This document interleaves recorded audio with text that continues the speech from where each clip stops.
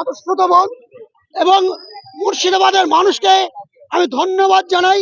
সকালবেলায় আমাদের কাশিম বাজার থেকে আরম্ভ করে যে বিভিন্ন স্টেশনে স্টেশনে যেভাবে রেল অবরোধ করতে পেরেছে, যেভাবে যেভাবে এই বহরমপুরের ছোট বড় বিভিন্ন ব্যবসায়ীরা এই বন্ধকে সমর্থন করেছেন, সেই জন্য এই বন্ধ সফল হয়েছে।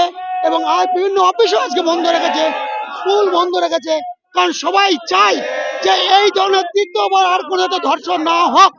সেই ধর্ষণের বিরুদ্ধে, আর্যিকরের ঘটনার বিরুদ্ধে, শুধু ধর্ষণ নয়, ধর্ষণ তো অনেকই হচ্ছে, মারাত্মক অভিযোগ একটা সরকারি প্রিমিসিসের মধ্যে এবং সরকারের যে আধিকারিকের সঙ্গে যুক্ত, তার বিরুদ্ধে আজকে বাংলার মানুষ গর্জে উঠেছে। 100% সফল।